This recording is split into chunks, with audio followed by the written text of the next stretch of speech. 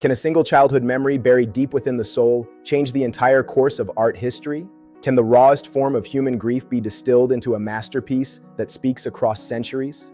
In 1886, a young, relatively unknown Norwegian artist named Edvard Munch presented a work that would shock the artistic establishment to its core.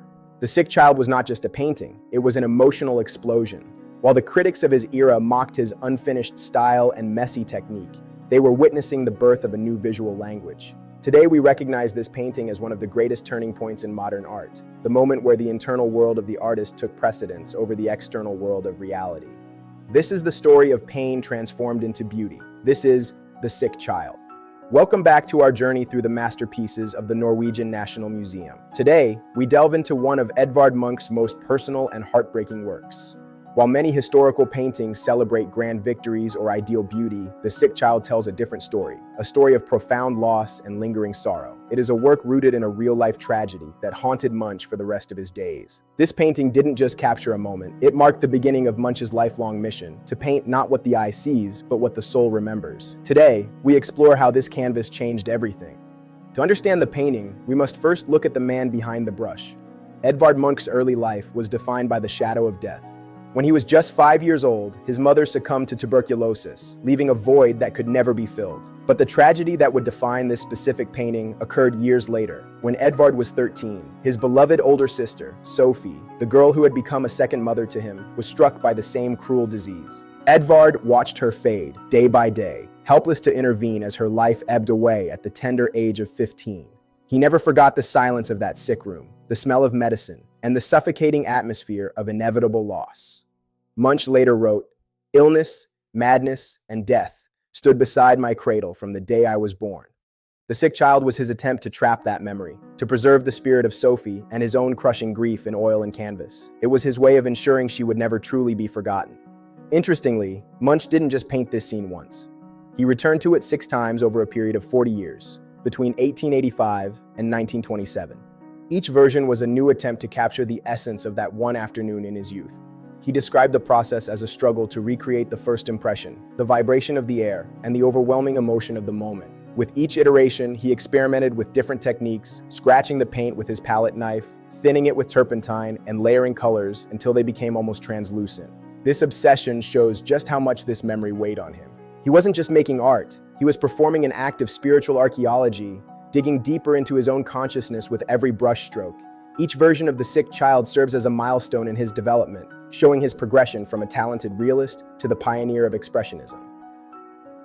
When we look closely at the central figure, we see a young girl sitting upright against a large white pillow. Her face is a ghostly, translucent white, her features almost blending into the background. Her vibrant red hair is the only source of warmth in the composition, a final flicker of life against the encroaching cold. Her eyes are not looking at the viewer, but are directed toward the woman beside her, her aunt, Karen.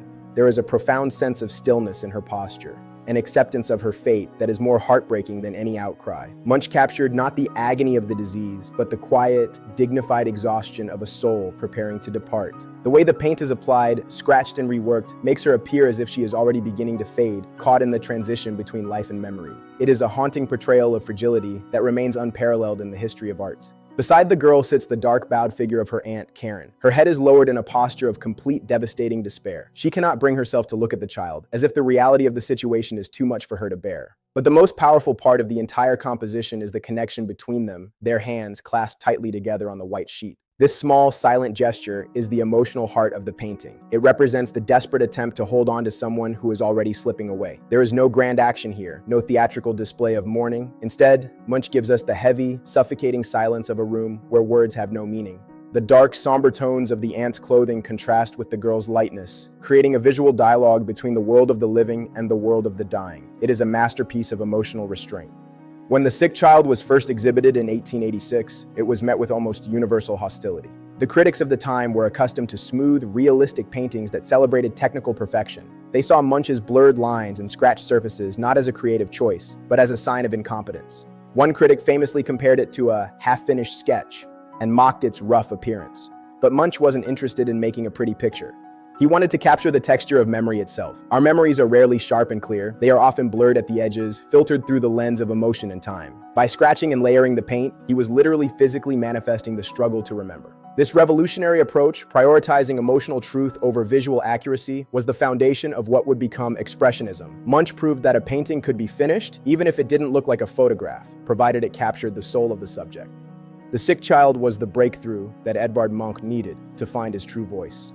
Without the courage it took to stand by this work in the face of such harsh criticism, his later iconic masterpieces like The Scream or Madonna might never have existed. He took the private, agonizing suffering of his childhood and transformed it into a universal language that resonates with people from every culture and background. He showed the world that vulnerability is not a weakness, but a source of immense power. Today, he is recognized as a pioneer of modern art, an artist who paved the way for the exploration of the human psyche in the 20th century. The Sick Child remains one of his most beloved works precisely because it is so human. It reminds us that our greatest pains can be the source of our greatest creations, if we have the bravery to face them. Munch's legacy is a testament to the enduring power of art to heal and to connect us in our shared humanity.